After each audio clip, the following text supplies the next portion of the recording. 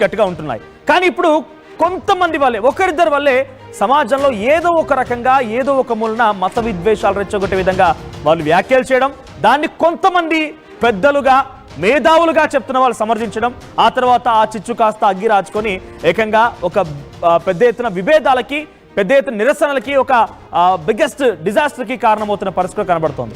ఇటీవల కాలంలో మీరు పెద్ద ఆర్టీవీ వరుసగా ఒక విషయం పైన మాట్లాడుతోంది. షాలేం రాజ్ అంటే ఒక పాస్టర్ మల్లెపూలు అనే అంశం మీద ఉదాహరణగా తీసుకొని సంచలన వ్యాఖ్యలు చేసుకొచ్చారు. ఇప్పుడు 2 రోజులుగా మనం అదే అంశం గురించి మాట్లాడుతున్నాం. ఇప్పుడు ఈ అంశంతో పాటుగా అసలు సమాజంలో ఇటువంటి వాళ్ళందరినీ కూడా ఎలా చూడాలి? డెఫినెట్గా మనం అంటే చెప్తూ ఉంటాం, కర్ర కొన్ని రోజులుగా అది చెదలు పట్టిందంటే కర్రను మొత్తం తినేస్తున్నాను చందంగా కొంతమంది వ్యక్తులు, అది మీరే అపవాదించుకోండి, మీరే ఎవరైతే తప్పు చేస్తున్నారో మీరు ఎక్కడైనా మారాల్సిన అవసరం కూడా ఉంది.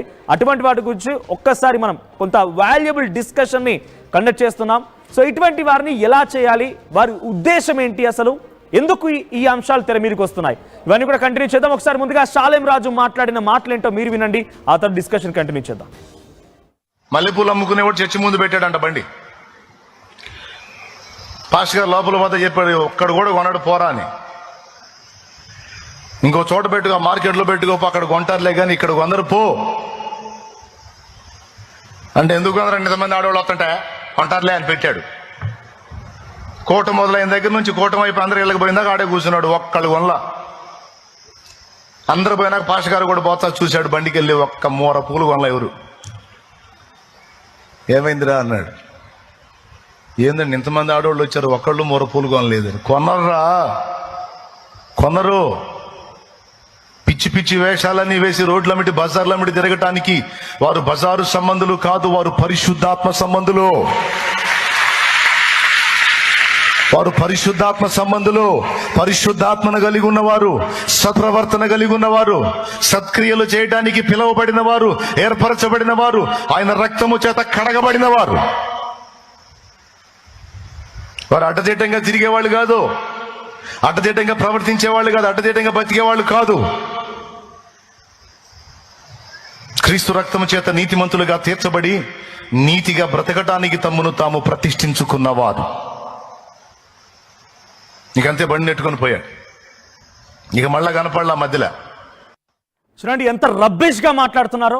నేను మళ్ళీ చెప్తున్నా, అది ఏ కమ్యూనిటీ అయినా ఎవరు మాట్లాడినా మన మతాన్ని గౌరవిద్దాం, మన మతాన్ని మనం పూజిద్దాం, మన దేవుని మనం పూజిద్దాం, కానీ పరమతాన్ని గౌరవిద్దాం అనే సిద్ధాంతంతో వెళ్తే గనక ఈ సమాజంలో మంచి జరుగుతుంది. లేదంటే ఇటువంటి కొందరు వ్యక్తుల వల్ల, షాలేం రాజు లాంటి కొందరు వ్యక్తుల వల్ల, లేదంటే ఇంకెవరైనా వేరే మతం వాళ్ళైనా కూడా అటువంటి కొందరు వ్యక్తుల వల్ల సమాజంలో విభిన్న అభిప్రాయాల వల్ల మతాలు విద్వేషాలు రెచ్చగొడుతున్నారు. మత విద్వేషాల మధ్య ప్రజలు కూడా ఒక రకంగా కొట్టుకుంటూ వాళ్ళంతా కూడా ఇబ్బందులు పడుతున్నారు.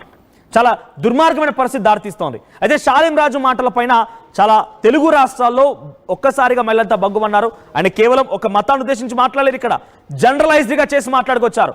మల్లెపూలు పెట్టుకున్న వాళ్ళంతా కూడా ఒక రకంగా ఆయన భాషలో ఆయన చెప్పిన భావనలో అడ్డదారులు తిరిగేవారన్నట్టుగా మాట్లాడుకొచ్చారు షాలేం రాజు.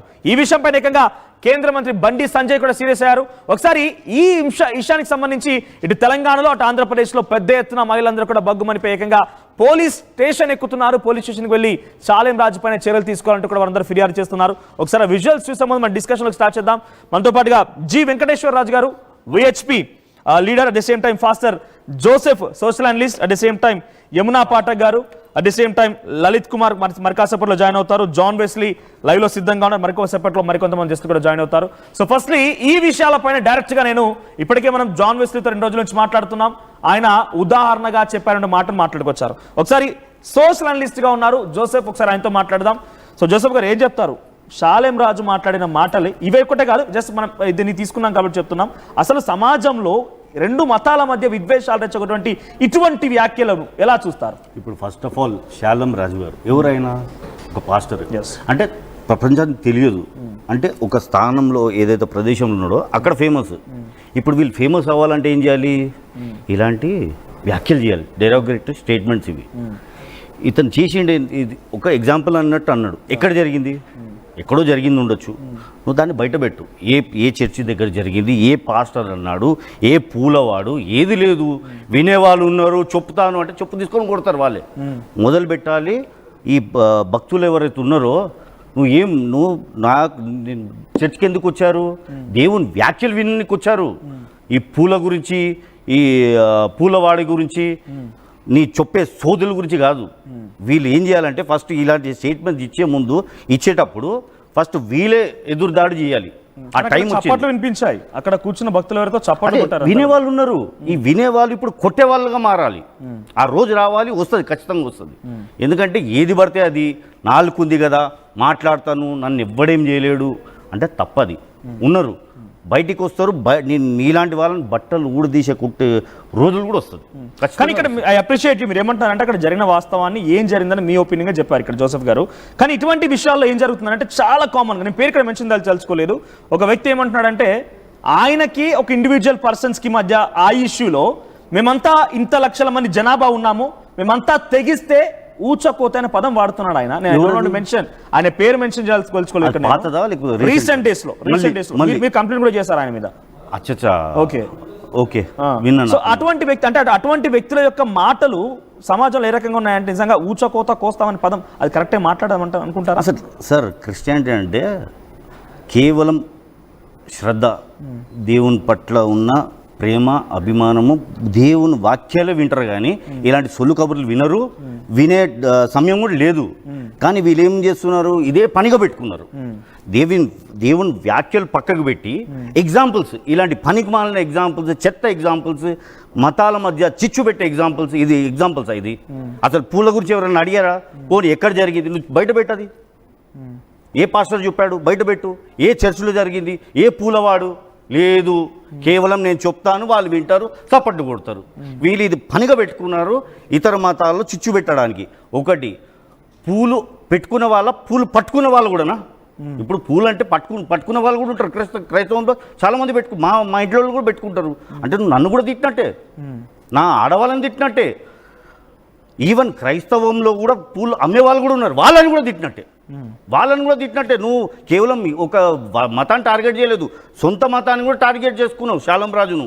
యాక్చువల్లీ నువ్వేంది, నీ గురించి ఎవరు తెలియదు. కానీ నేను ఇలాంటి స్టేట్మెంట్ చెప్తే ప్రపంచానికి తెలుస్తుంది. అంటే మార్కెటింగ్ స్ట్రాటజీ అనమాట, దళిద్రమైన మార్కెటింగ్ స్ట్రాటజీ. అంటే ఇలాంటి వాళ్ళు ఖచ్చితంగా చెంచల్ కూడా వాళ్ళకు కరెక్ట్ ప్లేస్. రైట్. ఒకసారి నేను జి వెంకటేశ్వర రాజు దగ్గరికి వెళ్తాను, VHP leader. So Venkateswara Raju గారు ఏంటి అంటే ప్రతి మతంలో కూడా ఉన్నారు. ఎందుకంటే ఐ డోంట్ మెన్షన్ నేమ్స్, ఎందుకంటే మనం ఓవరాల్ జనరలైజ్ చేసి మాట్లాడదాం. కొంతమంది వ్యక్తుల వల్లే